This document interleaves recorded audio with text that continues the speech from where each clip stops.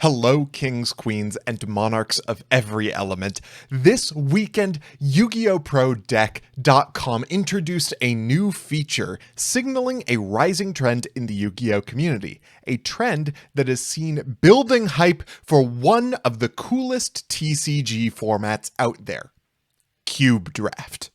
Cube Draft is a creative blend of deck building, collecting, and playing that offers almost limitless options for personalization and skill testing. There are a lot of resources out there for cube drafting, but most of them are focused on other TCGs, and so far none of them explore the unique possibilities that the Yugioh TCG brings to the format. So I want to take this opportunity to introduce Yu-Gi-Oh players to this totally different way of playing the game so that you too can get in on the fun. Now, before I begin, I will be releasing a demo and tutorial video on using the Yu-Gi-Oh Pro Deck engine for cube drafting later on. Today, I want to focus on the general, the big picture. What is a cube? How do you build it in a way that is unique to the way that Yu-Gi-Oh plays? And how do you draft from a cube? Without further ado, I am the one, the only, the RJB0, and this is an intro to Yu-Gi-Oh Cube Draft. Let's do this.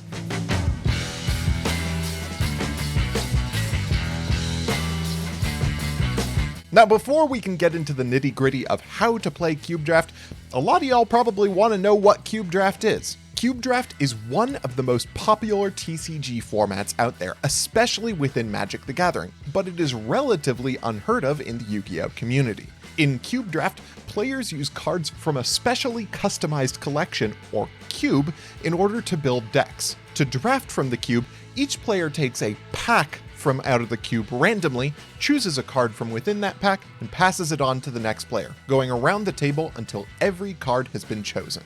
If this is sounding a little familiar to you and you've watched Team Samurai X1's Duel Knight series, that's because that's exactly what they do on that show. If you've seen Duel Knight, then you've already seen Cube Draft in action.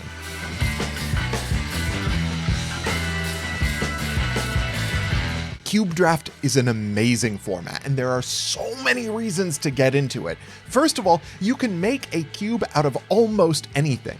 You could base a cube around a set that you have nostalgia for, or a Yu-Gi-Oh product. You could base it around spellcasters versus dragons. You could have a warriors cube. You could have an anime people I think are cute cube. You could even base it on a retro format that you like, or try to make a format no one's seen before, or even just chock it full of cards you like. Yu-Gi-Oh! Cube Draft is all about personalization, and your imagination is the limit.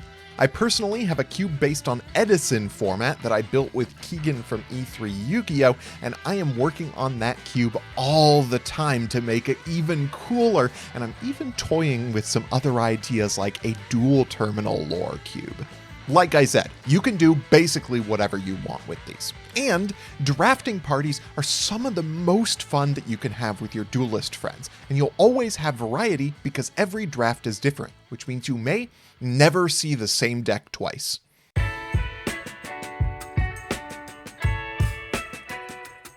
Well, now that you're excited about Cube Draft format and you have ideas for cubes brewing in your brain, you're probably wondering, how do I make one of these? The first part of building a cube is deciding how big you want it to be.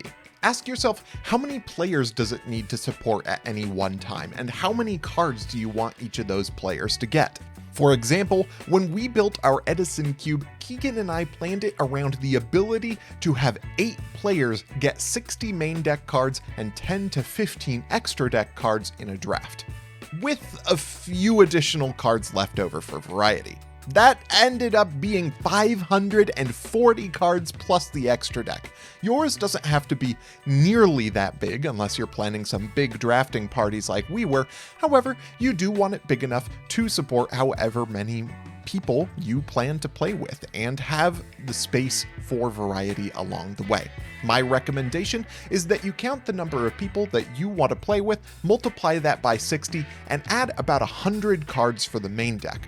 Then, you're going to want to choose how many extra deck cards you want each player to get and multiply that by the number of players as well. Again, how many cards you have in your cube is totally up to you, and you can add or subtract them as you go. One of the wonderful things about cube format is it's ever evolving, and you can make the changes as you see fit. By the way, if you're wondering how you're going to store this, do not worry. A bunch of companies, including GameGenic, make fantastic products for storing cubes. I have a bunch of them, including one right back there. Next is the really fun part. Thinking about the theme for your cube. What format do you want to see in the world? What do you want it to feel like when you're playing and when you're deck building? Do you want to have a format that's mostly based around the battle phase, in which case a lot of combat tricks, monsters that can survive battle, and very little proactive removal may be the way to go? Do you want a grindy GOAT format style good stuff deck to be the way that it goes? That's a thing that you can do. Think about the kinds of cards that will make that happen. If you're basing it all around a particular type or archetype, think about what makes those things fun to you, and what other cards act the same way those ones do or will blend well with the ones that you want to add. Knowing what you want from your cube will help you choose the cards you want to put in it, as well as what special rules you might want to adopt in order to have the most fun time possible. Remember, you can put pretty much anything into a cube, but there are some guidelines I recommend following to have the best time possible at it. Guideline number 1 is avoid singleton cubes. Now, singleton draft is a cube where all cards are at 1. There are no duplicates in the entire cube. This is the classic way to build cubes around Magic the Gathering, and it is how the YGOProDeck engine is coded so far. But it's not necessarily optimal for Yugioh. Yugioh is a game that is built around synergies, around engines, around free flowing of cards and combos. And with only one copy of each card in your cube, it's a little bit harder to find those combos, meaning you're going to end up with really grindy, good stuff type decks that look a lot like modified versions of GOAT format. If that's what you want to have, go right ahead. But if you want something sleeker or more modern, singleton cubes probably aren't going to be for you. Guideline number 2, keep your cards flexible. Remember that in a cube draft format, you're probably not going to get all or sometimes even most of the cards you want for an engine, meaning that some larger combos, some more strict xenophobic archetypes aren't going to thrive as well in the format. If you look at a card and think, this will probably feel bad for me to draft if I don't get a bunch of specific cards, you probably want to leave that card out or at least severely limit the number that go into your cube. Instead, focus on cards that blend well together with themselves and with other archetypes. Decks like Bujin, Tri-Brigade, Fire Fist, some of the Kawaki Meru, and a bunch of other Tri-Beast type archetypes blend really well together because their cards are somewhat generic. Now that I'm thinking about it, actually, I need to write that down. Tri-Beast cube sounds awesome. Guideline number 3, consider some special rules. A lot of players, when building cubes, will introduce new rules to the format in order to smooth out deck building and give access to those combos we were talking about earlier. One popular such rule is the Monster League rule, popularized by Battle Pack 3 in Yu-Gi-Oh! The Monster League rule says all monsters count as all monster types during all portions of the game, meaning you can use things like Reinforcement of the Army to add any level 4 or lower monster from your deck to your hand. These genericify the entire deck, making things work together more smoothly. Other rules that people like to employ include things like duplicate rules, where if you draft a copy of something like Destiny Hero Malicious, you get a bonus copy of Destiny Hero Malicious to go with it. One other version of these rules that I really like is the all extra deck monsters use generic materials rule, which is exactly what it sounds like, making you able to go into powerful Synchro Xyz and Link monsters without having to have very specific monsters in order to make them work. These rules are great, especially for singleton cubes if that's what you're doing, like on YugioProDeck.com, or if you have limited access to cards to put into your cube. That said, while extra rules are great, don't feel at all pressured to put anything crazy into your cube. The Edison cube works great because we chose to overload it on duplicate cards and good combos and synergies rather than trying to work around some special rules. It's really, again, up to personalization, but it's something you might want to try out.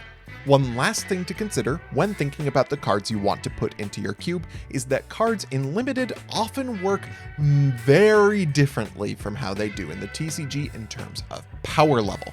Some cards that work perfectly fine in the TCG provide extreme power to whoever drafts them in a way that is too easy to access. Whereas some other cards that were bannably strong in the TCG may not be as powerful in a format with limited payoffs. For example, in the Edison cube, we don't have any copies of Gorz the Emissary of Darkness. That's because Gorz the Emissary of Darkness is effectively 2 boss monsters in one. It's very easy, low commitment pressure. However, cards like Sinister Serpent or Premature Burial or even Dark Magician of Chaos are not necessarily as easily powerful as a Gorz the Emissary of Darkness, so despite their being banned in Edison, we have a copy of each of those in the cube. Just think about how easily you want your players to be able to access the big payoffs and how big those payoffs really are.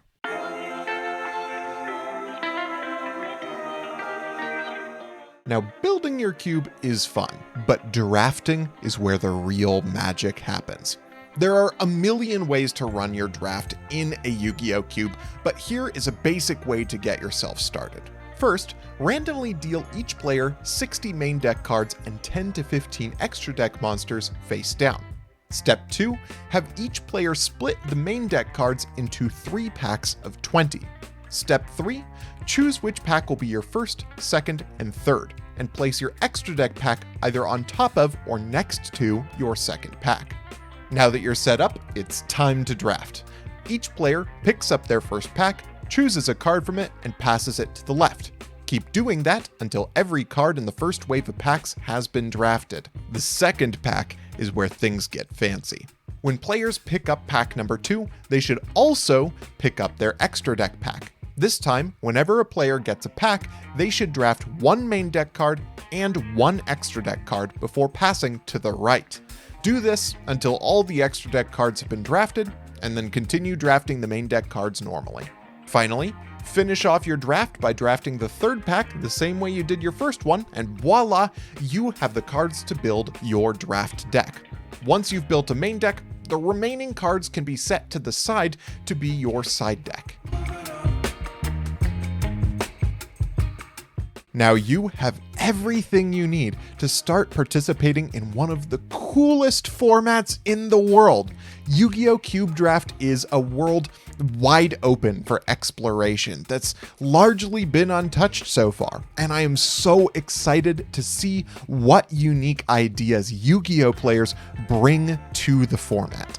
Again, the YGOProDeck tool for cube building is live over at YGOProDeck.com. I'll put a link in the description below for you to try out and build your own singleton cube with. And again, I will be doing a demo for that later if you want to see how to do it.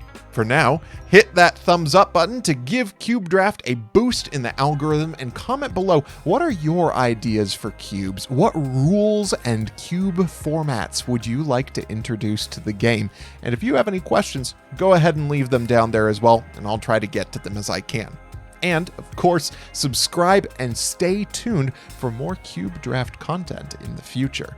If you want to support the channel just that little bit extra, and get cool bonuses like early access to the list for the Edison Cube, please do consider checking out my Patreon at patreon.com/therjb0. Link up there, down there in the description, possibly both. I want to express appreciation to all the patrons who have supported me so far, particularly Ian Musa and Phoenix the Immortal, who have thrown way more money at me than they need to, and I really appreciate the help because that helps me put on cool stuff like this and potentially way more draft content. I'm looking forward to all of that. In the meantime, go forward in humble confidence, my friends, and I have so many new ideas to plan out for my next cube.